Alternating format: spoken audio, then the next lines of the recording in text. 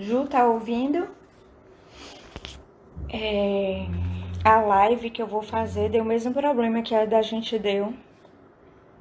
Já é a terceira vez esse horário. Quer dizer, toda vez que eu faço esse horário. Gente, eu tô precisando fazer um botox. Eu tô esperando o Anderson entrar.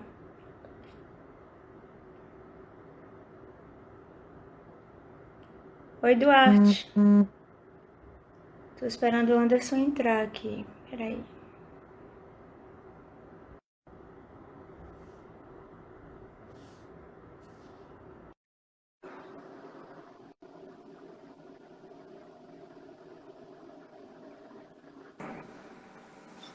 Olá, Viu que funciona quando faz o contrário? verdade. Me fala Eu, uma coisa. Sim, me explica. eu coloquei o banner lá no Story, né? E comentei que a gente ia tentar fazer pelo seu IG, para aí o pessoal vir para o seu IG, caso não tenha como a gente transmitir nos dois. Mas eu acho que quando a gente transmite, né, ele automaticamente já fica nos dois IG, não tenho certeza. Mas você entrou ao vivo pela Atrius e no meu também? Eu acho que fica nos dois. É, bom, enfim, depois a gente vê. Pronto. Eu sempre erro aqui para deixar salvo no Stories. É ao, Acabo colocando no IGTV só. é ao final que ele faz a solicitação de pergunta, né? Se você deseja salvar a live ou se você deseja apagar. Ou salvar no IGTV ou no History, né? Tem essa opção. Eu não vejo essa opção de salvar a live. Ó, a Ellen comentou que fica nos dois. Nos dois. Joia. Oi, irmã. Hum. Então, só tá ficando no IGTV mesmo. Não tá ficando no History. Ela Ah, comentou. eu já consegui colocar no Stories, mas enfim. Ah, joia. Então, eu queria primeiramente agradecer, né? Por você ter aceitado o convite da Atlas para estar fazendo mais uma live, né, sobre neuromodulação. É um tema assim bem importante, bem atual, né, que tem muita gente interessada no conteúdo. Não é algo que é fácil da gente encontrar aqui no Brasil. Então tem bastante pessoas que estavam assim realmente curiosas para entender um pouco mais sobre o conteúdo. Eu sou uma dessas pessoas, a gente já teve a oportunidade de conversar um pouco sobre. Sim, E durante a live eu também vou comentar, fazer algumas perguntas, algumas dúvidas que eu tenho. E para se apresentar, né, ninguém melhor do que você mesma, para falar um pouquinho da sua trajetória, da sua formação, do seu currículo. oh meu Deus, aí vai revelar a minha idade. É, a gente ficou de fazer um projeto, não foi? Eu lembro. Isso. Mas é tanta coisa. Então vamos lá. Eu sou fonoaudióloga desde 2003. E aí fiz o mestrado e doutorado em neurociências. Especificamente no doutorado eu trabalhei com a neuromodulação. Eu terminei o doutorado em 2010. Então, a neuromodulação não surgiu, não está surgindo agora. Na verdade, ela está começando a ficar conhecida agora. Então, na época que eu fiz com estimulação elétrica por corrente contínua, eu fiz com um aparelho analógico, produzido pelo pai de um professor da Mackenzie, que é Paulo Hum, Borges. Ele publica muito, ele é neuropsicólogo, ele publica muito em neuromodulação e é conhecido mundialmente como um grande pesquisador na área da Universidade Mackenzie, né, em São Paulo. Universidade presbiteriana particular e de ponta. hum. Então, fiz com esse aparelho analógico, né? Não existia nenhum outro aparelho assim que eu conhecesse na época, e na verdade eu acabei fazendo doutorado porque minha orientadora, que foi a Rita Lucena, ela foi para o congresso onde ela viu um trabalho de Paulo Borges e a gente entrou em contato com ele. Fui para Ai, São Paulo fazer treinamento, fiquei lá com ele. Enfim, fui para o laboratório e toquei meu projeto aqui em Salvador com sujeitos afásicos, sim. todos com afasia de expressão. Não existia nenhum estudo na área no Brasil, fora já tinha um estudo do grupo de Priori, na Itália, eles trabalham com neuromodulação. Tinha um artigo, que eu lembro, publicado na época, né? E eu segui esse doutorado até 2010. Durante esse período, eu fui fazer doutorado de sanduíche lá com Uhum. Priori. E aí eu tive a oportunidade de conhecer mais sobre a neuromodulação. O laboratório deles fica dentro de um hospital e eles fazem a neuromodulação não invasiva e invasiva. Então eu tive mais oportunidade lá de ver a estimulação elétrica por corrente contínua. Na época não via TMS, que é a estimulação magnética, e a estimulação invasiva, que Sim. eles faziam e fazem ainda muito em Parkinson, paciente com Parkinson. E a estimulação invasiva chegou há alguns anos no Brasil, e é feito em Salvador também, principalmente para pacientes com Parkinson que não respondem mais a medicamentos, que são pacientes bem mais, com a funcionalidade bem mais prejudicada, né? Então, foi esse caminho que eu tomei. Em março de 2019, foi publicada uma resolução no Conselho Federal de Fonoaudiologia, autorizando o uso da estimulação elétrica por corrente contínua. Na fisioterapia, já existe a resolução para uso tanto da estimulação por corrente contínua quanto da estimulação magnética. Sim. Em medicina, também já existe. E tem outros conselhos indo atrás dessa regulamentação da TDCS e da TMS. Existe um questionamento muito grande em relação à TMS, porque as pessoas acham que deveria ser um procedimento que só o médico poderia fazer, porque a pessoa pode ter convulsão. Mas a questão de convulsão é uma situação de proteção de uma situação que nunca aconteceu.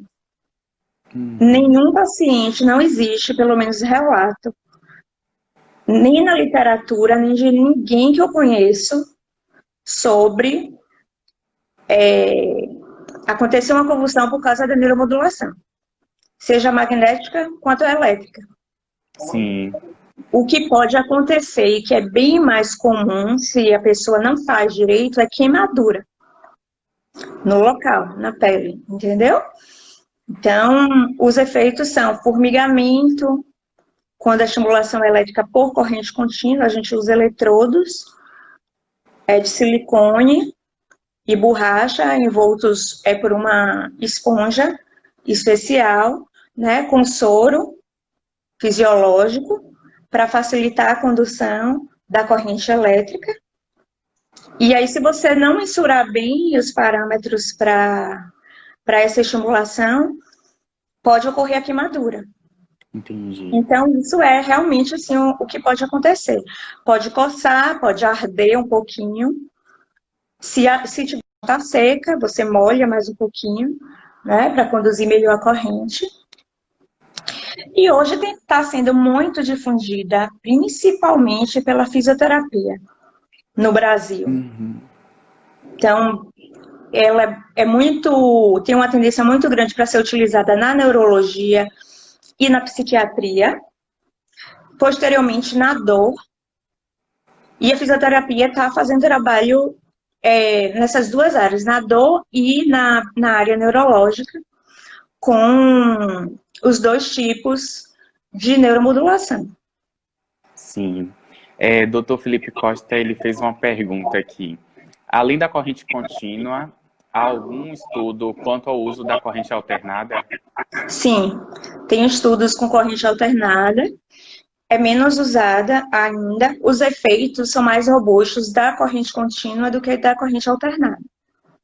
Então, houve um crescimento aí de publicação de estudos de corrente alternada, contudo, eu acho que a tendência vai ser continuar crescendo os estudos com corrente contínua, com diferentes montagens e com a produção de estimulação mais focal. Porque a que a gente mais usa hoje, a que está aceita, né? Vamos dizer assim, pela Anvisa, esses aparelhos, a neuromodulação, ela não é focal, né? A corrente circula em uma determinada região, mas é possível você, com mais eletrodos, com 4 eletrodos, formando como se fosse um quadrado e um no centro, concentrar essa estimulação no centro dessa região marcada, entendeu? Então, essa é a tendência de você fazer mais focal para saber exatamente que efeito está causando naquela região. Porque quando você faz com esses eletrodos maiores, 2 eletrodos, o ânodo e o cátodo, apenas você não estimula uma área só.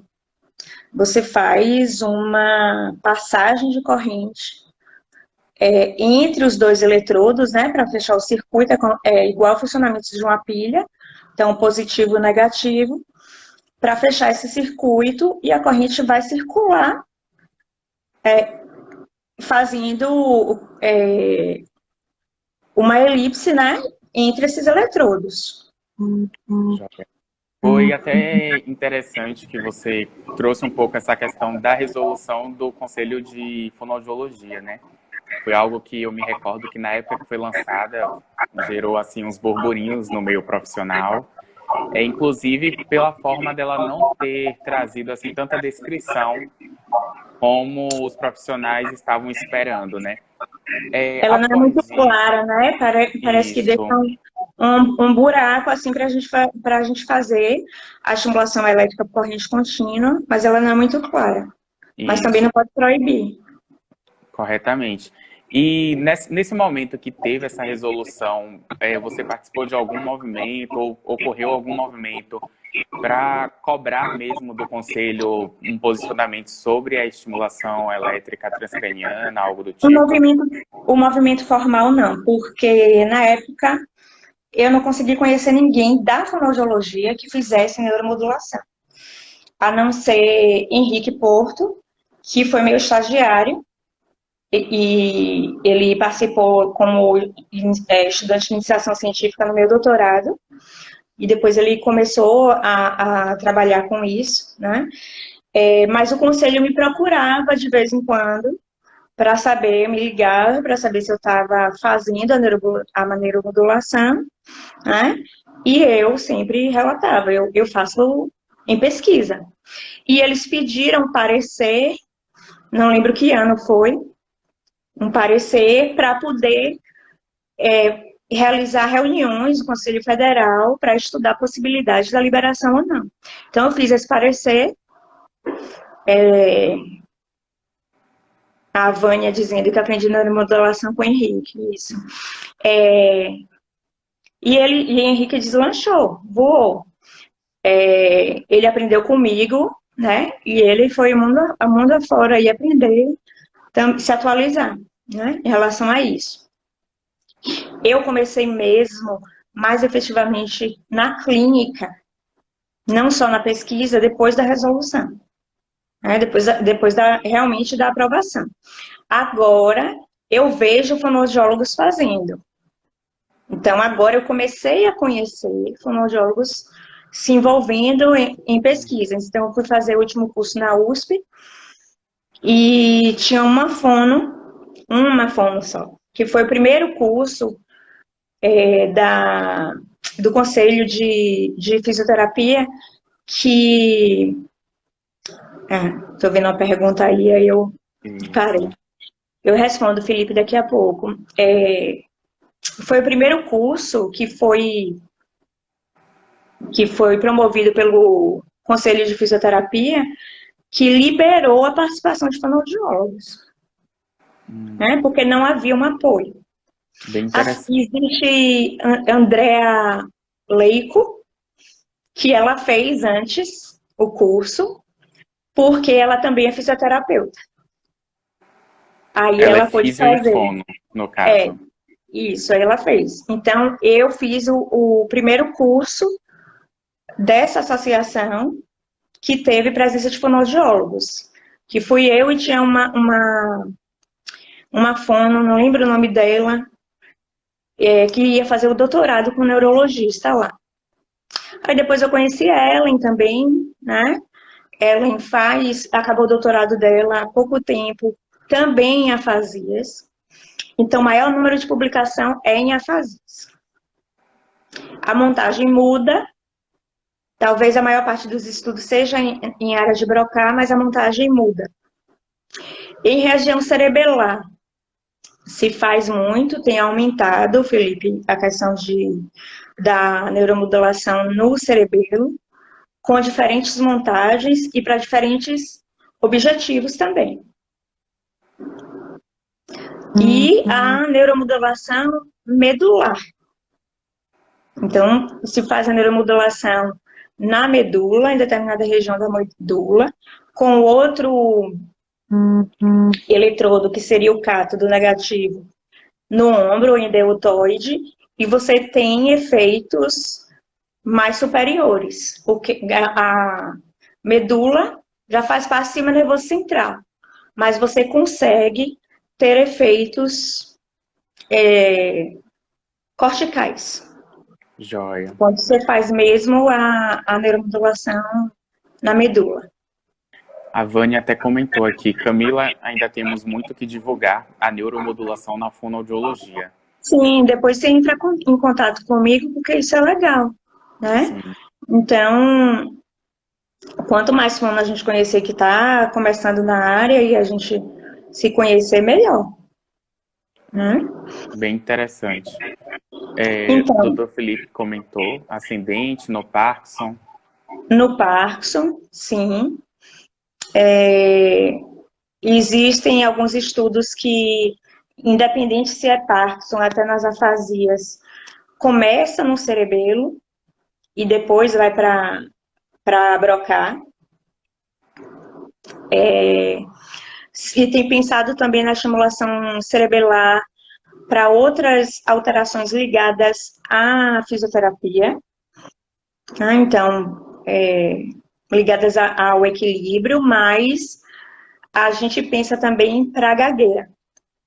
Existe um estudo publicado só em relação à gagueira, a estimulação por corrente contínua em gagueira, e eu fiz um projeto na época do meu doutorado, lá na Itália. Sim, para ataxia também, pode usar para ataxia em cerebelo, né? E deve ter estudo. Então, eu fiz o projeto também para gagueira lá na Itália, mas a gente acabou não finalizando. Eu voltei para cá e a gente não finalizou.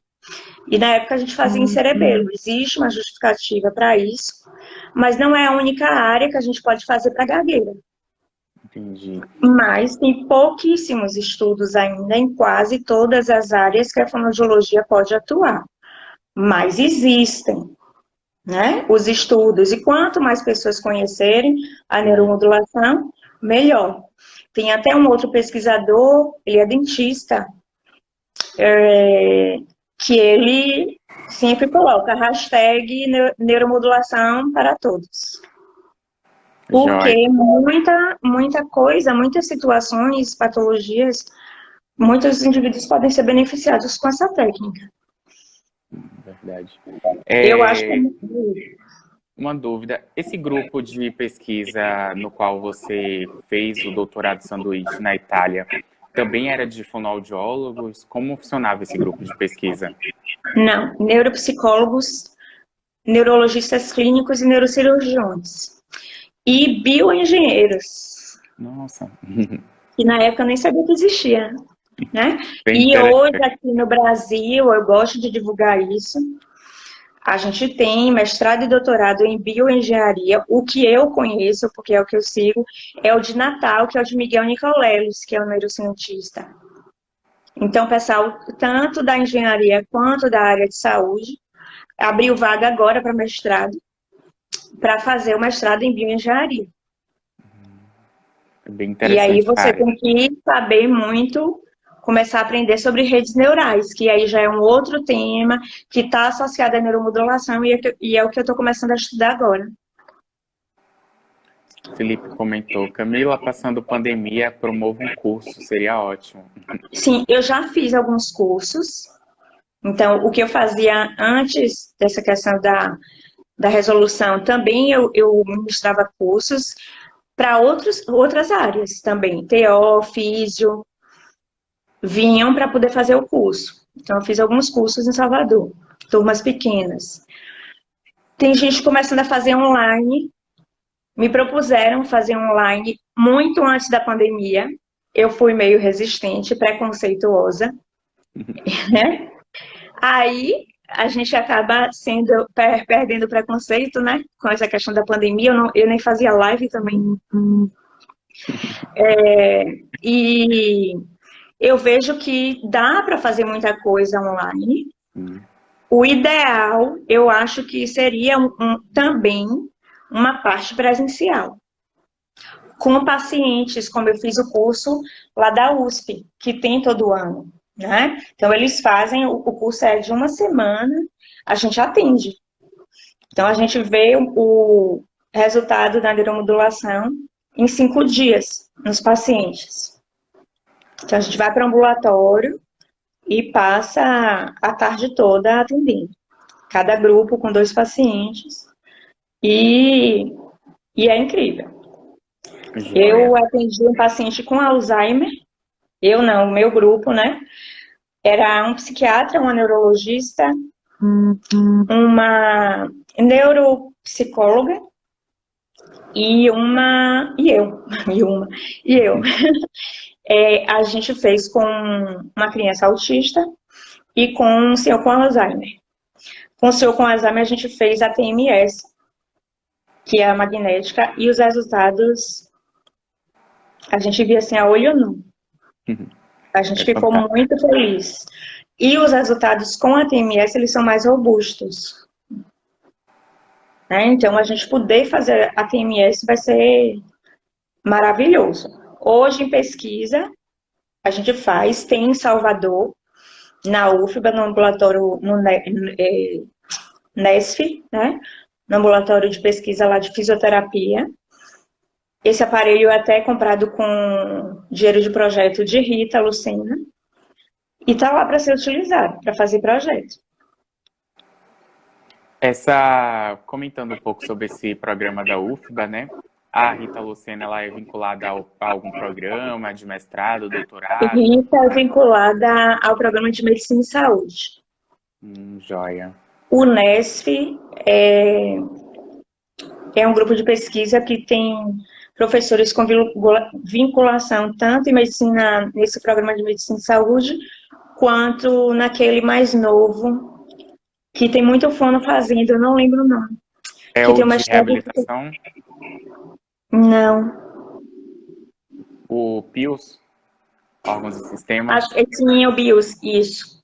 Isso. É Então, bem... dá para fazer em medicina e saúde, dá para fazer nesse, e acho que tem esse de reabilitação que também é o mais novo, que abriu. Nessas três pós-graduações, dá para fazer projeto na área, porque tem professores para isso. A gente tinha um grande professor aqui, que era Abraão, que é fisioterapeuta, mas ele se transferiu para uma universidade em São Paulo, nos deixou assim, mas a gente sempre está em contato, a gente tem aula toda semana, qualquer pessoa pode participar dessas aulas, né? Só até se falar comigo, assim, eu posso ver para a pessoa que é responsável mandar o convite, né, para poder participar dessas aulas. Abraão fez essa semana também um webinar, sempre tem webinar, né, que são aulas online, falando da TMS no Covid e da estimulação por corrente contínua também no Covid. Já vai ser publicado um trabalho muito extenso com pesquisadores do Brasil e de outros lugares sobre os efeitos da neuromodulação nas sequelas do Covid. Bem interessante. Eles Até estão tentando colocar aparelho nas UTIs, em algumas UTIs, mas existe questões relacionadas com biossegurança não, desculpe, com interferência da TMS nos outros aparelhos. pela questão magnética e tal, princípios da eletricidade. Aí eles têm receio, mas o projeto já existe e a teoria é que há uma alteração do sistema vagal, acontecem alterações do sistema autonômico e por isso também que há o sintoma respiratório, não apenas pela questão que acaba atingindo diretamente o pulmão depois que está na corrente sanguínea, né? Mas quando a maior parte das vezes o COVID a pessoa adquire pela via olfatória, por isso que ela deixa de sentir o cheiro, nem todos, mas deixa de sentir o cheiro, e acaba atingindo o nervo vago. E aí gera muitas outras alterações autonômicas. Então, por exemplo, alteração de frequência cardíaca, outras alterações respiratórias. Então, as alterações respiratórias, como a Abraão falou, fala muito de respiração cinética. Então, é uma alteração respiratória que é difícil de você identificar como é o padrão dessa alteração, entendeu? Então, eles estão achando que os sintomas podem piorar por causa de alterações autonômicas que acontecem pela alteração do nervo vago. Então, atinge o cérebro e piora os sintomas já conhecidos pela COVID. Eu tive participando de uns grupos de discussões, né, com alguns médicos, e eles até estavam focando um pouco nessa questão do COVID e mencionando sobre as sequelas, né, porque como é tudo muito novo, a gente ainda não sabe quanto tempo essas sequelas irão permanecer nos pacientes, né? E atualmente já tem pacientes que mesmo depois da janela de carga viral, né, continuam com os sintomas da perda do olfato, da perda do paladar, e até então não se sabe se isso vai ser reversível ou não e quanto tempo vai durar, né? A gente tem que esperar um pouco, né, mas pelo que eu tô vendo, assim, quando a pessoa se recupera, o olfato e a gustação acabam voltando, mas existem repercussões muito piores, que são as repercussões neurológicas. Sim. Né? Então, as isquemias, o AVC, o tremor. Existem outras alterações, outras sequelas que estão sendo identificadas e que estão sendo relatadas, começando a ter publicação e quantificando que alterações neurológicas são essas. Sim. Por isso que eles querem começar a tratar também na UTI. Seria bem interessante. Era até uma pergunta que eu ia fazer, né? Se era possível tratar, né, a nível beira-leito ou somente ambulatorial. Não, você pode beira-leito, não tem problema nenhum. Na época que eu comecei, a regra era, você só pode fazer a neuromodulação depois de 1 ano que o paciente teve o AVC. Por quê? Porque existe a possibilidade de ter convulsão. E hoje o paciente saiu do hospital, você já pode fazer. Então, hoje a gente tem estudos com pacientes na fase aguda, saindo da fase aguda do AVC, do pós-AVC, né? E a gente já começa a fazer.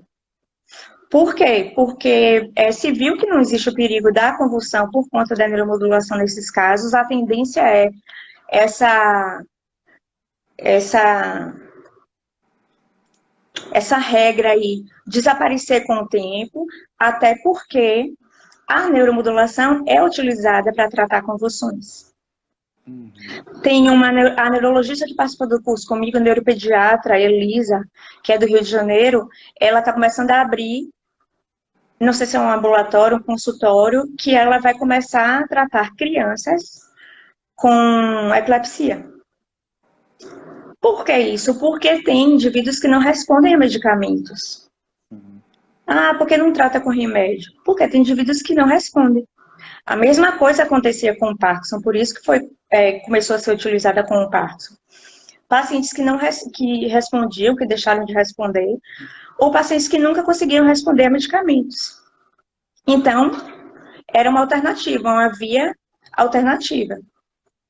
No caso do AVC, hoje existem alguns medicamentos que melhoram a cognição, que foram medicamentos primariamente criados para o Alzheimer, mas se viu que melhorava a cognição, então eles são administrados para pacientes com AVC e com afasia, mas não há cura. E se você não tem cura, você não vai apostar em outros tratamentos que não tem quase efeito adverso nenhum. Medicamento tem muito mais efeito adverso. E que às vezes você vai sentir muitos anos depois, vai descobrir muitos anos depois, como por exemplo o uso da pílula anticoncepcional, que 20 anos depois descobriu-se que aumenta o risco nas mulheres, principalmente associada à bebida alcoólica, as mulheres terem problemas cardiovasculares. Né? Então, e a neuromodulação está aí desde 1960 e a gente não tem relato nenhum de ter causado algum mal por conta da neuromodulação. Eu nunca vi ninguém piorar. Existem pacientes que não respondem. E existem pacientes que melhoram. Não existem pacientes que pioram. Isso é bem interessante, porque, na verdade, né, eu percebo que está tendo uma mudança assim, um pouco na fonoaudiologia em relação às tecnologias, né? Antes, o profissional ele tinha uma resistência maior assim, a aceitar o uso da tecnologia no meio terapêutico, né? E hoje isso tem mudado bastante, né? Graças a Deus. A gente tem visto que outras tecnologias estão sendo utilizadas na área terapêutica e com sucesso, né? Tem saído bastante estudos também, mas isso me traz também assim uma dúvida, né, e um questionamento que eu sempre faço, que é a questão dos primeiros socorros, né?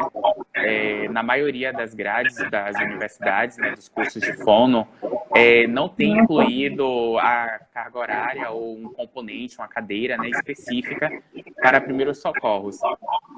E aí eu gostaria que você comentasse um pouco sobre isso, porque a gente sabe que, na realidade, enquanto profissional de saúde, né, a gente também tem o dever de prestar os primeiros socorros, não só com um paciente nosso, mas com qualquer pessoa que, porventura, venha passar mal e que a gente esteja próximo, algo do tipo. Alguém está ouvindo eco, além de Vitor? Eu não estou ouvindo, não. Por favor, avisa aí para ver se a gente está tendo algum problema com o som. Olha, a minha opinião sobre primeiros socorros é que todo mundo devia fazer o curso. Não só da área de saúde. E tem país que é assim. Uhum. Tá? Eu tive um acidente, por exemplo, quando eu estava na Itália, um acidente de moto, e quando chegava assim alguém perto, disse, não mexe, não mexe, eu fiz curso de primeiros socorros, não pode mexer.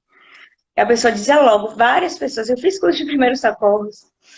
Então, são treinados lá para isso. E deveria ser um curso feito uma vez por ano, por todo mundo. Então, por exemplo, se você você é estudante ou funcionário dentro de uma universidade, e acontece uma situação de incêndio, alguma coisa que você tem que evacuar, ou alguém tem uma parada cardíaca, ou alguém tem uma crise convulsiva, né? Você, no curso de primeiros socorros, você vai poder exatamente prestar essa assistência inicial e chamar uma assistência mais específica. E isso pode Verdade. salvar a vida de uma pessoa. Eu já fiz esse curso, acho que umas 3 ou 4 vezes. Não é suficiente, Não, porque a gente esquece esquece. tudo. E também por Então, ser o algo que a ideal gente seria não fazer utiliza uma vez tanto. por ano, e todo mundo, não só o pessoal da área de saúde, e deveria ser obrigatório em todos os cursos da área de saúde. Concordo. Os cursos de neuromodulação são interdisciplinares, então tem profissionais de várias áreas, várias áreas, e tem uma carga de primeiros socorros. Todos os cursos estão tendo uma carga horária de primeiros socorros obrigatória. É bem Então, você interessante isso. recebe também a certificação do curso de primeiros socorros. Por quê? Pelo medo de o paciente convulsionar. Mas é essa a questão, é medo. Nunca aconteceu. E qualquer pessoa pode convulsionar, em qualquer lugar. Você pode estar atendendo um paciente de linguagem, o paciente tem uma convulsão. Sim. Qualquer pessoa está suscetível de ter pelo menos um episódio convulsivo na vida. Né? Isso é muito comum. Isso não quer dizer que a pessoa tem epilepsia, mas todo mundo pode ter. Existe uma suscetibilidade maior em uma população do que em outra, né? Mas qualquer pessoa pode ter. Isso E o me que você recorda. faz quando... Desculpa, Anderson. O que você faz quando o indivíduo tem convulsão? Você tem que prestar os Nada. protocolos, né? Os primeiros socorros é só colocar ele de lado. E Tem aguardar. técnica especial para isso e aguardar a crise passar. Não tem que colocar pano na boca, não tem que colocar a mão na boca, nada disso. É você virar o paciente de lado, porque se ele vomitar, para ele não aspirar o vômito e esperar passar. E aí o questionamento é, mas se o paciente tiver convulsão, tem que ter um médico no local. Então existe uma coisa assim também do ato médico em relação a isso. Entendi. É bem interessante tocar um pouco nesse assunto, né? Porque a gente percebe o quanto essa realidade também tem mudado, né? O quanto outros profissionais da área de saúde não médicos, né, estão também absorvendo o conhecimento cada vez mais e tomando propriedade do que faz de fato, mostrando mesmo para a classe médica que o conhecimento ele não pode ser unicamente de uma profissão. Quando você mencionou um pouco sobre a neuromodulação, né, me veio também uma dúvida, que foi sobre a questão do reflexo vagal, né? Você comentou que a própria convulsão, né, ela pode ser desencadeada em qualquer indivíduo, assim como também o reflexo vagal, né, que é algo que é muito discutido como um questionamento, como algo que impossibilite os terapeutas de utilizarem certos tipos de tecnologia na profissão, né? E existe alguma relação também entre esse tipo de reflexo com a neuromodulação? Não. Que eu conheça, não. Vou até anotar aqui para dar uma pesquisada melhor, mas que eu conheça, não. Entendi. Joia. O Vitor, ele tinha comentado sobre a disfagia, né?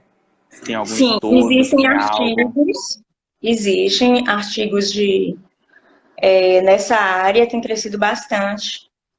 Eu não sou da área de disfagia, mas tem se feito em algumas áreas corticais para disfagia. E eu até vi um estudo que eles falam de disfagia apráxica, que eu não sou da área, não sei na fonoaudiologia se existe esse termo, mas o artigo fala da disfagia apráxica e faz a neuromodulação para esse tipo de alteração. Fazendo a medição com escalas apenas, que aí não são os melhores instrumentos para avaliação, mas essas escalas identificam melhoras nos pacientes com disfagia, nas questões de deglutição. Joia. Deixa eu ver se tem mais alguma pergunta por aqui. Tá. Enquanto não tem pergunta, eu vou falar mais especificamente da técnica, certo? Certo, fica à vontade. Então, a gente tem alguns aparelhos brasileiros agora, e os aparelhos mais conhecidos são os aparelhos que vêm de fora, porque foram os primeiros, né? A gente tem um aparelho que é, se eu não me engano, americano, que foi o primeiro a ter a autorização da Anvisa, que custava bem mais caro do que hoje a gente pode comprar um aparelho de neuromodulação. Hoje está muito mais acessível o preço para o fonoaudiólogo, e os aparelhos mais baratos são os brasileiros. Contudo, a gente tem que prestar atenção na qualidade, tá, desses aparelhos. Então, tanto de aparelhos de fora do Brasil, quanto de aparelhos daqui, certo? Porque não é todo aparelho que é bom. Existem diversas marcas também em relação à estimulação magnética, né? Tem muitas marcas boas, as marcas que existem. Não tem marca brasileira, é um equipamento bem mais caro. Então, um aparelho de neuromodulação, quando vinha de fora, chegava a um custo de 60 mil reais. Um aparelho de estimulação magnética, hoje, é um pouco mais de 100 mil reais, um aparelho básico. É um aparelho para você começar a fazer. E sempre associar a neuromodulação à terapia. No caso das afasias, por exemplo, na época que eu fiz o doutorado, não existia evidência científica suficiente para dizer que a terapia fonoaudiológica realmente funcionava para as afasias. Hoje existe nos casos de terapia intensiva. Terapia fonoaudiológica intensiva para as afasias. Hoje é comprovado cientificamente que essa abordagem tem efeito. Quando você associa a neuromodulação, isso é potencializado. Porque o que a neuromodulação faz? Ela facilita a despolarização da célula. Ela não gera a sinapse por si só. Inicialmente era o que se pensava, mas com vários estudos internacionais de Baker, tem muito pesquisador aí de ponta fazendo pesquisa sobre essa área. Então, o que acontece é uma facilitação para despolarizar a célula. Então, ela fica mais fácil de ocorrer a sinapse. Então, aumenta a plasticidade da região. Se você aumenta a plasticidade e você faz o exercício ao mesmo tempo, aí você pode gerar uma sinapse que não existia, uma ligação que não existia. Então, você deixa o cérebro mais plástico. Ou você faz a terapia associada, você faz depois, porque você mantém o cérebro mais plástico depois da sessão de neuromodulação. E quanto mais sessões você faz, vamos dizer assim, melhor. O que é que acontecia? Os estudos começaram com a sessão única, com alguns dias. Depois, o meu foram 10 dias, que era o máximo que se fazia.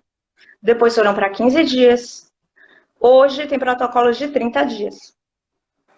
Protocolos mais aceitos para depressão, no caso da estimulação transcraniana por corrente contínua, são 30 dias. Existem estudos com mais de uma sessão por dia, por 30 dias. Mas qual é a dificuldade? A gente não tem muitos protocolos validados, porque existem poucos estudos ainda publicados. E a fonoaudiologia é uma área que pode ajudar nessas publicações. Joia. Né? E eu vi aí Glorinha, que foi minha professora, lembrei da audição. Da autoneuro.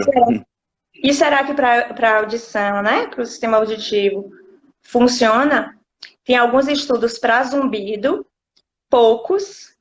Os resultados não são tão animadores. Tem pessoas que melhoram, outras pessoas que não melhoram, como eram os estudos iniciais nas afasias. Começa assim mesmo, né? Vamos pensar, tentativa e erro. Então, vai se pensando em diferentes montagens até achar a melhor montagem para cada alteração. Então, o interessante é que eu não estudo zumbido, mas existem diversos tipos de zumbido, né? E é multifatorial também. Então, essa é uma questão que pode fazer com que indivíduos, por exemplo, com determinado tipo de zumbido melhorem, outros não.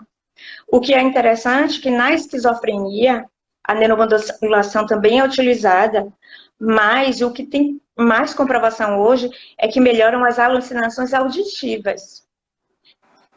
Porque o indivíduo com esquizofrenia, ele tem alucinação auditiva e visual. As alucinações visuais, elas não melhoram, mas as auditivas, sim.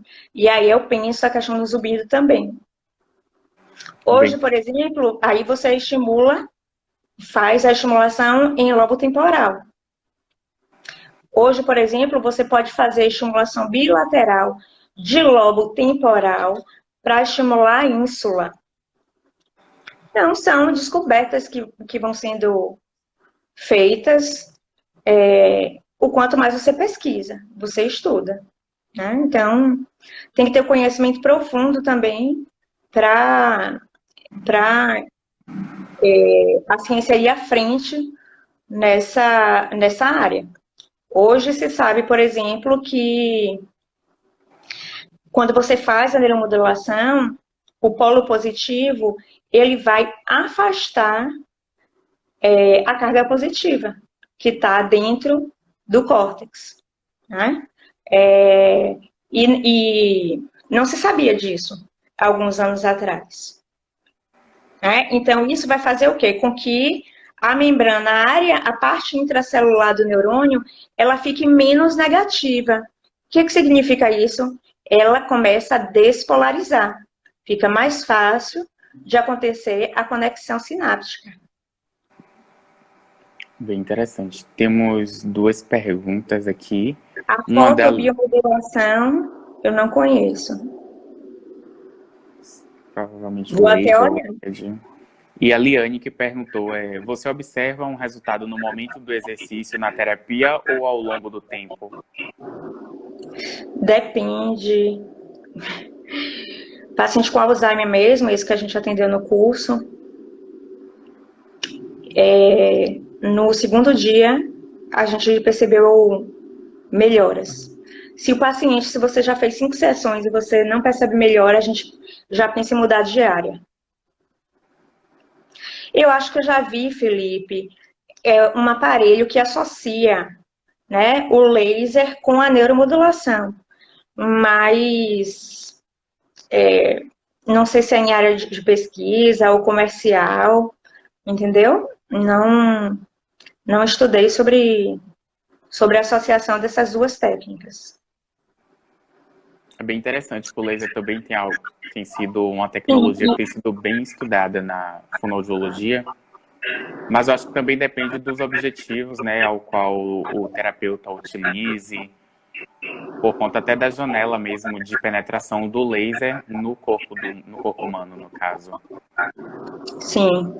E além da laser terapia, o que eu vejo assim mais dos grupos de estudo que eu conheço é a associação com a eletroterapia.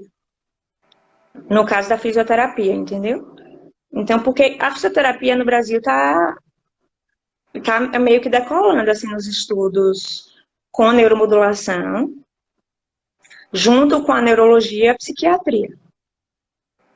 Então, eles estão começando a associar a eletroterapia com a neuromodulação. É bem interessante a associação das tecnologias, porque estão aí para ser utilizadas, né? E foi como você mencionou, se um tratamento não está sendo o suficiente, não custa tentar novas possibilidades para poder termos a melhora do paciente em si. Sobre esses aparelhos nacionais que você comentou, Camila, os valores desses aparelhos, eles têm sido acessíveis? Como tem sido esse mercado aqui no Brasil? Chega a 5 mil reais, 5, 6 mil reais um aparelho desse, a depender 4.500. Você pode dividir de muitas vezes. Então, é um aparelho que, a depender de onde você esteja, o aparelho se paga rápido. Sim. O ideal, acho que é você estar numa equipe multidisciplinar, nesses casos, na neuromodulação. Quando você estimula, como eu disse, a estimulação por corrente elétrica, ela não é focal. Então, ela pode não melhorar apenas uma alteração ligada, por exemplo, à fala, né? Mas tem muitos estudos que estão associados à melhora motora em geral, certo? Então, muitas vezes você está fazendo a estimulação em M1, que é uma área motora do córtex cerebral, e você vê outras melhoras cognitivas de funções superiores, porque não é focal. Agora, a estimulação magnética, ela é bem mais focal. Ela é capaz de causar lesões temporárias, artificiais. Isso é interessante para estudo, né, para você identificar, para você fazer diagnóstico. Você cria a lesão numa determinada área para ver como é que o paciente responde quando você faz a estimulação naquela área. Porque você acaba achando a área exata daquela região do corpo. Sim. Né? Então, por exemplo, na estimulação magnética, a gente tem que achar o hotspot, como a gente chama, ou que é você encontrar um local no cérebro que quem estuda sabe mais ou menos onde é, que quando você ativa o aparelho, dá um clique, o dedo ou a mão, ela mexe. Por que isso? Porque é exatamente, você está causando uma pequena alteração ali de potencial naquela região, e aí você descobre que aquela região é responsável pela motricidade da mão. Então, você pode estimular outras regiões e, por exemplo, movimentar a perna. Entendeu? Depende da região que você coloca a bobina. Então, a estimulação magnética, ela é feita com a bobina, para criar o campo magnético e, com isso, fazer corrente elétrica circular. Então, o que acaba acontecendo também é o efeito de corrente elétrica, só que é muito mais focal. Então, por exemplo, você consegue fazer o indivíduo mexer uma parte do corpo com o uso da bobina. Para a gente localizar áreas, para fazer a estimulação magnética, a gente sempre usa essa área específica que faz quase sempre a movimentação da mão, que é M1. Bem interessante essa questão, porque pode ajudar, inclusive, pacientes que não têm o controle motor, né, de certas regiões do corpo. Eu fico imaginando algumas questões assim voltadas mesmo na disfagia, que é a área que eu atuo, e fico pensando assim nas possibilidades que pode surgir. Sim, eu não penso muito nas possibilidades da disfagia, por não ser minha área, né? Mas eu vejo, assim, muitos benefícios motores. Eu acredito que os benefícios motores, os resultados são mais robustos do que, os cognitivos. E a maior parte dos estudos, por exemplo, em afasias, realiza a neuromodulação muito mais para afasia expressiva do que para a afasia de recepção. Sim, Felipe, é isso. O movimento, o polegar, pode não ser só o polegar, né? Outros dedos também. Depende do limiar daquele paciente, cada indivíduo vai ter um limiar que é medido no aparelho, né? E você tem que aproximar do limiar daquele paciente para movimentar a mão naquela área que você está estimulando. Joia. É um tema assim muito interessante, muito vasto, né? É um tema bem grande, a gente percebe. Muito, porque tem sido utilizado, tem publicação no autismo, tanto de TMS, está começando, de TMS, e da estimulação elétrica, né? TDAH, né? Quando a gente pensa assim nas questões em crianças, apraxia de fala, né? Então, tem sido utilizadas também para essas áreas, e eu acredito que a gente estudando mais a questão de processamento auditivo central, junto com neuromodulação, essas duas técnicas associadas, o diagnóstico do exame de processamento, junto com a neuromodulação, a gente pode ter boas respostas também. Eu acredito nisso, eu acho que não tem nenhum estudo ainda na área, né? E tem muita coisa para explorar. Em Sim. pesquisa, que inicialmente a gente precisa disso, né? Mas o que se tem mais confirmado dentro da fonoaudiologia, acho que é até uma sorte minha, são as afasias, que foi o tema do meu doutorado, né? Eu gosto muito, mas tenho atuado bastante com o autismo, a neuromodulação no autismo, e alguns casos de Alzheimer. Sim, sim. Em relação ao autismo, eu vejo pacientes que melhoram muito e pacientes que também têm uma melhora Não tem muito. essa melhora, né? É. Entendi. Então, esses estudos estão na fase daqueles estudos iniciais da afasia, Bem né? E, interessante. e Eu, região estimular, quantas sessões. Então, você tem que seguir os protocolos. E os protocolos estão publicados em artigos. sim, eu tinha lido uma matéria, né, que falava um pouco sobre a utilização nos Estados Unidos, né, por pessoas que estudavam para concursos e acabavam utilizando para ganhar aprendizado, né? E É um doping. é um tipo de doping, né? E aí eu comecei a imaginar a escala que isso pode tomar, né? Se isso já Então, tem sido realizado. deixa eu comentar isso lá fora. Quer dizer, a gente não chama de doping porque não é medicamento, né? Uhum, Mas ele está sendo muito utilizado na educação física, está sendo muito utilizado por atletas. sim. E você não pega a pessoa em doping, entendeu? Você melhora a capacidade muscular daquele indivíduo e a pessoa tem um resultado melhor Sim, na, na prova, na prova entendi. física. E tem pessoas também que usam para estudar. Joia. O Wellington fez um comentário aqui. Tenho muitos pacientes afásicos com bons prognósticos nas terapias convencional, porém, ainda mantendo flutuação das habilidades linguísticas. Nesses casos, pode ser um critério de indicação para a neuromodulação? Pode, com certeza. No meu doutorado, a gente viu melhoras motoras e das habilidades linguísticas também. Bem Então, interessante. pode. E Agora, Liane, só para eu complementar, o que é que acontece que eu acho um fator limitante nos estudos de afasia? A maior parte dos estudos utilizam como prova para comparar o pré e pós-tratamento, né? Utiliza como parâmetro, como instrumento, provas de nomeação. Ponto. E entendi. linguagem é muito amplo, né? Então você não pode, tá, melhora nome. O indivíduo tem anomia, a anomia diminui. Não é só isso, as melhoras são muito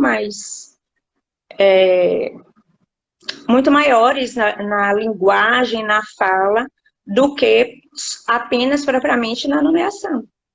Então, Sim. quando a gente fala em nomeação, a gente está falando de habilidade linguística. Eu tive um paciente no doutorado que tinha uma afasia leve, ele só tinha anomia, ele deixou de ter anomia. É uma Simplesmente ele deixou de possibilidade. ser afásico. Foi o único caso também que eu vi um paciente deixar de ser afásico. Simplesmente assim, um paciente crônico, de anos de AVC. A gente sabe que o paciente pode ter uma recuperação espontânea, vai terminar em 10 segundinhos.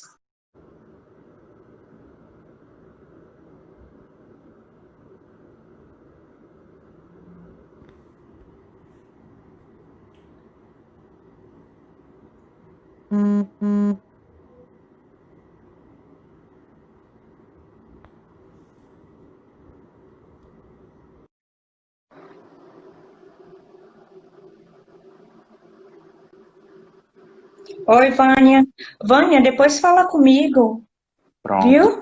Então, eu estava tão concentrada no assunto que começou a aparecer aqui 10, 9, Nossa, 8. a contagem regressiva. Aí eu, para acabar. Eu não Então, conhecia esse tempo estimado pela plataforma, né? Eu achava uma que era hora, livre. uma hora eles cortam. Entendi. E então vamos só concluir, né? Sim, sim. Onde eu estava? Você estava comentando um pouco sobre a utilização, né, da eletroestimulação na própria afasia, né, e os benefícios que ela trazia, principalmente nos pacientes afásicos, né. Aí você comentou um pouco Sim, sobre um paciente que ele ficou curado que da deixou afasia, de, né? que deixou de ser anômico, né? Isso. Então, qual é a ideia de qualquer tratamento que a gente pensa? Quanto mais precoce a gente começa, melhor, né? A gente tem que saber que instrumentos a gente pode utilizar mais precocemente que não prejudique, não vá trazer malefícios para o paciente. Mas hoje a gente já faz a estimulação na fase aguda do AVC. Ou seja, saiu do hospital, você já pode começar a fazer. Ou até mesmo no próprio hospital, se aquele paciente estiver estabilizado, né? Sim, Dependendo do motivo por ele estar internado ainda. entendi. Mas em relação à tensão craniana, né? A questões neurológicas, se estiver tudo ok, a gente pode Não tem fazer problema. estimulação. Entendi. E o Wellington, ele tinha perguntado se existia alguma instituição pública que ofertasse a neuromodulação pelo SUS, né? Acabou que ele ainda não conseguiu retornar, mas ele tinha perguntado isso. Existe a USP, o ambulatório de fisioterapia oferece. Sim, Não sei se existem outros, mas foi onde a gente conseguiu fazer o curso. Existe o curso de fonoaudiologia lá, mas eles não se envolvem nos atendimentos com neuromodulação. Eu até uhum, questionei isso lá, né? Então, enfim.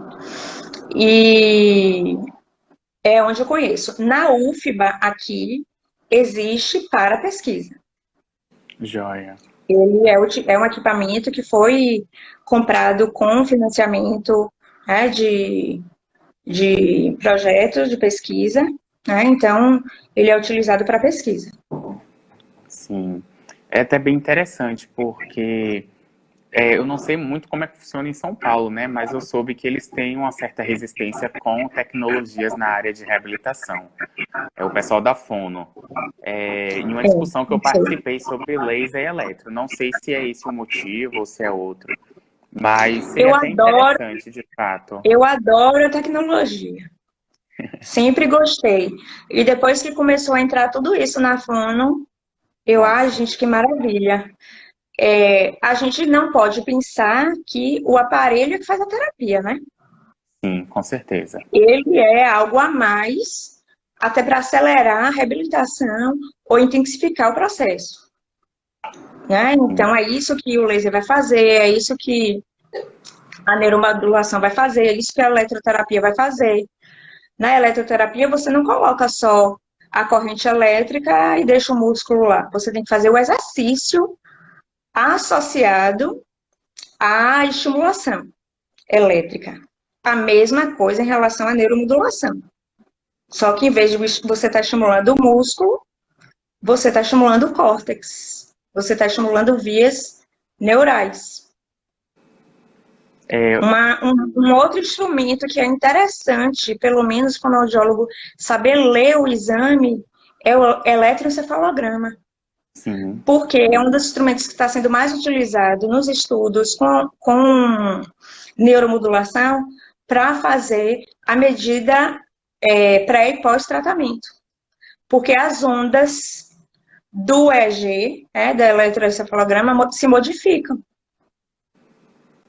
Né? Então, bem é capaz interessante. de normalizar mais o funcionamento de determinada área quando você faz a neuromodulação e você comprova isso com o resultado de EEG. Que, vamos dizer assim, não é um equipamento extremamente cara, impossível de comprar. Né? Um EEG hoje custa cerca de 20 mil reais, o mais barato, entendeu? Poxa, é caro? Pra gente mas a gente tem que ver isso como investimento. E se você faz esse trabalho, principalmente com foco multidisciplinar, eu acho que é uma coisa que vai para frente. É por isso que eu estudo hoje também a questão da leitura do EEG. Sim.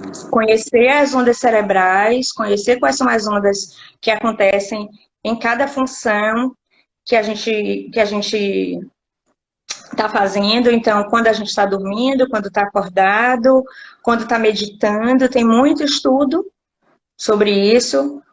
Ondas alfa, né? Por isso que diz, estou em alfa. É exatamente por isso, porque aumenta o número, a quantidade de ondas alfa no EEG. Joia. Né? Então, é um outro instrumento que eu estou sempre falando quando eu falo da neuromodulação, que é uma coisa que eu tenho muita vontade de fazer. E que os médicos que encaminham para mim, pacientes, principalmente quando é criança, eles pedem o EEG antes. Até Bem por uma questão de interessante. segurança. Se Sim. existe alguma alteração no exame, entendeu? Para não realizar, mesmo que esse paciente não tenha tido nenhum episódio de convulsão. Mas ele pode ter um sinal epileptiforme, e aí você vai evitar fazer a neuromodulação durante alguns anos. Daqui para frente a gente vê. Bem Porque é o interessante. que a Elisa está fazendo, né? Essa neuropediatra. Ela vai começar a tratar a epilepsia. As epilepsias que não têm outro tipo de tratamento, que não melhoram, com a neuromodulação. Então, por que você não experimentar Verdade.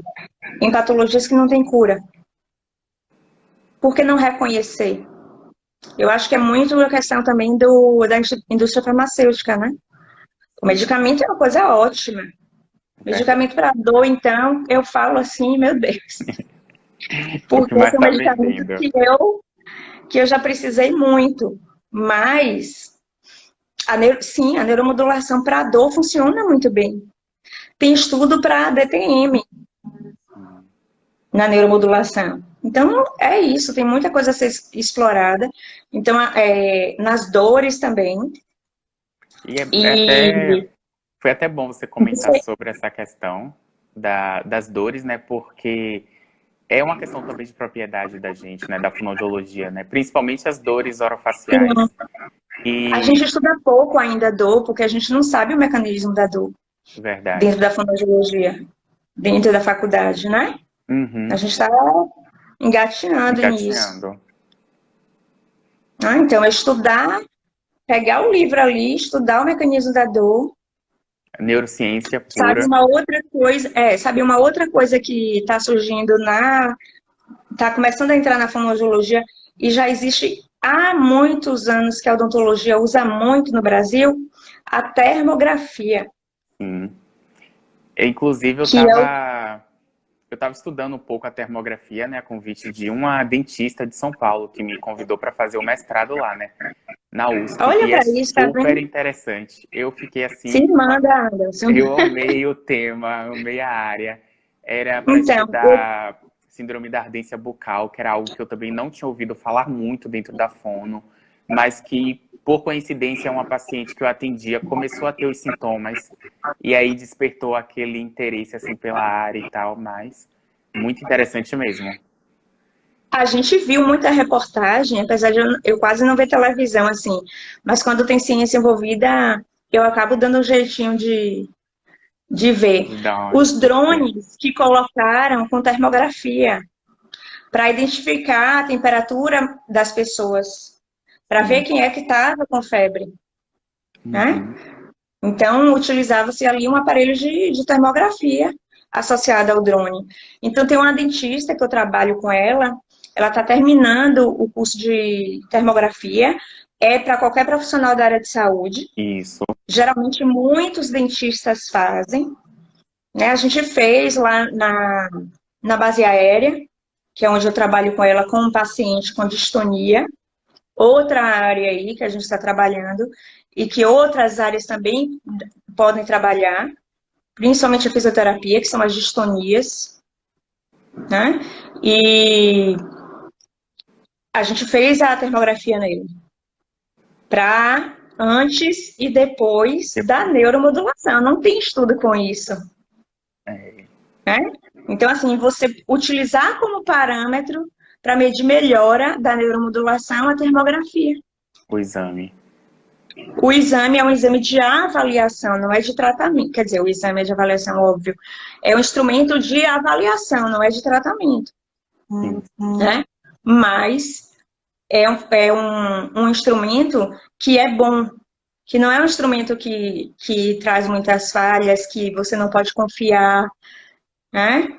Então, o melhor não é brasileiro, mas, enfim, existem equipamentos bons e você pode fazer a captação da imagem no celular, no Android ou no iPhone, para depois você fazer a análise. São 2 anos de curso e aqui em Salvador tem. Bem interessante, eu não conheço esse daqui de Salvador. Teve uma live hoje, não, uma aula. Acho que foi no Hangout, eu não vi, 5 horas, eu vi depois. Por isso que eu lembrei, termografia e fonoaudiologia. Ah, que interessante. Então são coisas que a gente tem que estudar, entendeu? Verdade, É um campo muito, muito vasto, muito grande. Muita coisa ainda a surgir, a se estudar, se aprofundar. Muita coisa a explorar. O aparelho, eu acho que vale a pena, principalmente para quem trabalha tanto com afasia quanto com as disfagias, associar isso daí, né? O fonoaudiólogo que trabalha à beira do leito com disfagia tem que ter uma basezinha de linguagem quando o paciente tem afasia e começar a estimular a linguagem, e aí pedir a liberação para usar a neuromodulação no leito. Desenvolver um estudo assim, que nunca foi feito, fazer neuromodulação no leito, que vai ser muito mais fácil com a estimulação elétrica do que a magnética. Qual é a vantagem da elétrica em relação à magnética? A elétrica, além de ser mais barata, ela é portátil. Você leva para qualquer lugar, você pode botar no bolso, a depender da marca. E a estimulação magnética, é só a bobina já pesa. Então, eles tiraram um braço para prender a bobina, porque eu não aguento, não. Ficar ali 20, 30 minutos segurando a bobina sem sair do lugar. Sem deixar a bobina movimentar, entendeu? Imagino. Então, existe um braço que você fixa e beleza, o paciente está lá e você está fazendo a terapia com ele enquanto ele recebe. E aí, no Alzheimer, há uma melhora da memória, da nomeação, do humor. Por isso que também é utilizado na depressão. A estimulação magnética transcraniana, ela é aprovada pelo FDA para depressão. E por que não é aprovada por outras coisas? Eu acho que existe uma questão política, né, também por trás, pela questão dos medicamentos. Causa muito menos efeitos adversos do que medicamentos. Os medicamentos podem ter efeito mais rápido. E talvez no futuro a gente possa utilizar a neuromodulação, principalmente a TDCS, como se fosse um medicamento contínuo. Entendeu? Então, como um antidepressivo. Você não tem que usar por meses? E fazer terapia associada para você ter uma melhora até mais rápida. Medicamento, os psiquiatras falam, medicamento sozinho não adianta. Faça a terapia. É a mesma coisa. Então, em vez de usar o medicamento, o paciente faz a terapia, como a gente faz a terapia fonoaudiológica e a neuromodulação. Todo dia ele faz sua dosezinha em casa. Então, a ideia inicial sempre foi, com as publicações, sempre foi que no futuro os pacientes começassem a utilizar sozinhos. E existem aparelhos sendo vendidos para as pessoas para usar em qualquer ambiente. Existe um que parece uma passadeira, existe um no óculos e existe um aparelho no fone de ouvido. Então, quando você vê aqueles atletas se aquecendo com fone de ouvido, principalmente você vê isso muito no atletismo, né? Com fone de ouvido, tá ali ouvindo sua musiquinha para relaxar. Já fica bom. Pode suspeitar que é uma neuromodulação. Estou falando sério, entendeu? Está se fazendo, o atleta está utilizando demais. Existe uma empresa na Chapada Diamantina, de um neuropsicólogo, Neurolog, que se chama. Ele trabalha com neurologista. Ele trabalhava inicialmente com o neurofeedback, outra ferramenta muito boa, que é neuromodulação também, só que ela não estimula, né? Você que modifica as suas ondas cerebrais pelo mecanismo lá do aparelho, né? Não é uma estimulação. E ele associa o neurofeedback a TDCS, e ele associa muito a questão do condicionamento físico. Então, ele também hoje faz pesquisa e se associou com a empresa, que eu não vou lembrar o nome agora, que eu comecei a seguir, que criou um instrumento para melhorar a performance física, motora.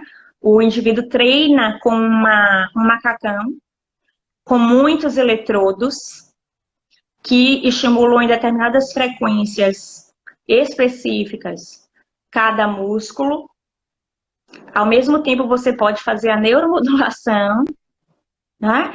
E medir isso com o EEG, por exemplo.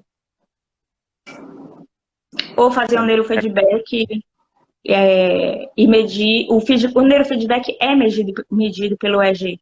O EEG é quantitativo, né? A maioria das pesquisas utilizam esse EEG quantitativo, apesar de muita gente dizer que não é um exame que tem boa qualidade, mas ele é muito didático também, né? De você entender, não é complicado e, enfim, é outra área dentro da fonoaudiologia. Então a gente já saiu até da TDCS, da TMS, mas eletroterapia no músculo é neuromodulação. Porque quando você estimula o músculo, você manda a resposta para o cérebro. Sim. O cérebro responde com a sensação, o formigamento, a dor, o tremor que você sente, ou se a região fica quente. Então, quando você coloca os eletrodos no músculo e coloca uma programação TENS para relaxamento, você não sente como se tivesse um formigamento, uma massagem. Isso é resposta cerebral, né? Então, assim, é neuromodulação. Por isso que, por exemplo, pessoas que ficaram tetraplégicas, bem conhecidas, aquela atleta olímpica, que eu até sigo, e que ela está nos eventos de neuromodulação agora, que teve o acidente de esqui. Não recordo. Ela teve um acidente de esqui, ficou tetraplégica, e tem uma deputada federal também, que é tetraplégica, e elas sempre utilizam a eletroterapia no corpo todo, utilizam macacão também, né, para essa estimulação, e estão começando a utilizar a neuromodulação. Sim. Essa que é deputada federal, ela ganhou movimentos de mão e de braço. Parece pouco? Para ela é muito, porque ela não conseguia nem controlar a cadeira de rodas dela, que é uma cadeira de rodas muito avançada, né? Mas com o movimento da mão, ela consegue levar, né, a cadeira de rodas para onde ela quiser, Verdade. sem ajuda, entendeu? Querendo ou Então, não, já para ela, traz muita já traz um qualidade de benefício vida. muito grande. Ela não precisa chamar alguém para ir dali para aqui, de cá para lá, se ela consegue mexer a mão para movimentar o mecanismo da cadeira de rodas. Sim, Então, o que parece pouco para uns, para outros é muito. é Então, verdade. qualquer melhora, principalmente em alterações em lesão cerebral ou disfunções, que é o que acontece nas crianças, disfunções cerebrais, qualquer melhora é boa. Crianças com paralisia cerebral também tem estudos, ainda tem poucos, né? Mas crianças com espasticidade, qualquer melhora que você tenha, Já qualquer é, ganho de função já é uma festa, entendeu? Para esses casos. Então, não tem por que não usar. é verdade. Me veio à mente também muito a questão dos pacientes crônicos mesmo, que a gente não obtém respostas assim tão rápidas na terapia. Eu fico Sim, imaginando assim algumas possibilidades de atuação, mas a gente vê mesmo que é um tema assim muito vasto mesmo para ser é. estudado, né? Ainda temos muito que estudar, principalmente na fonoaudiologia, né?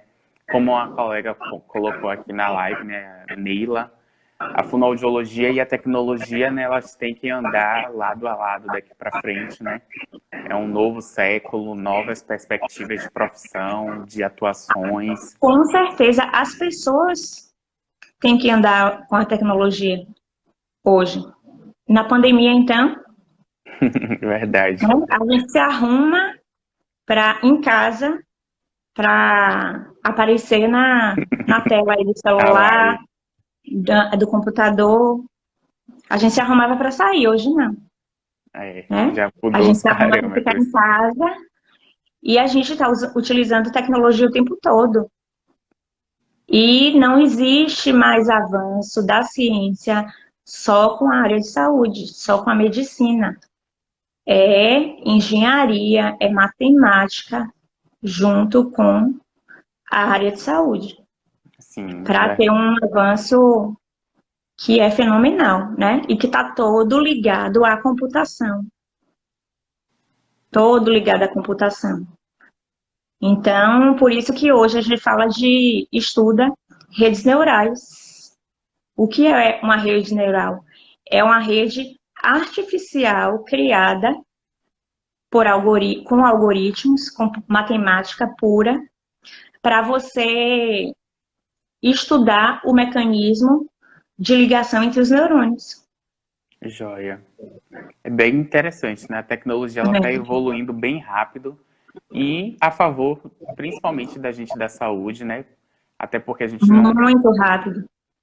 E isso tem nos ajudado muito, principalmente Em nesse favor momento. da saúde é por causa disso, por causa da associação entre áreas. Por isso que as profissões vão mudar.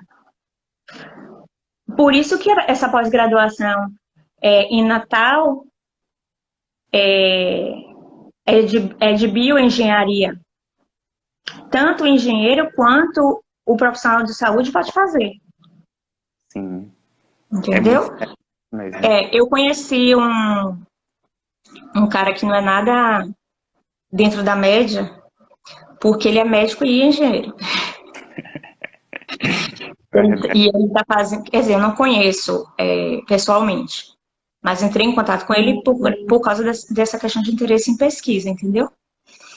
E ele está fazendo pós-doc fora, então ele precisa das duas áreas, ele utiliza as duas áreas para aprender, para estudar, para desenvolver os estudos dele, né?